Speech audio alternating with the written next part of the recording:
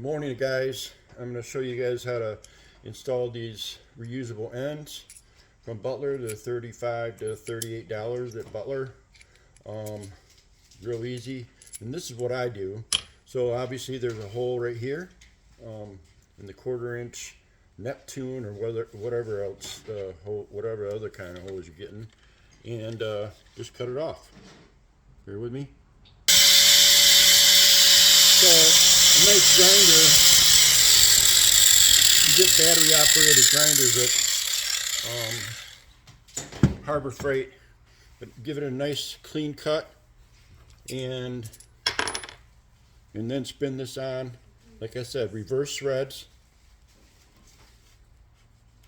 And this is 3/4 inch if you're going to use a socket.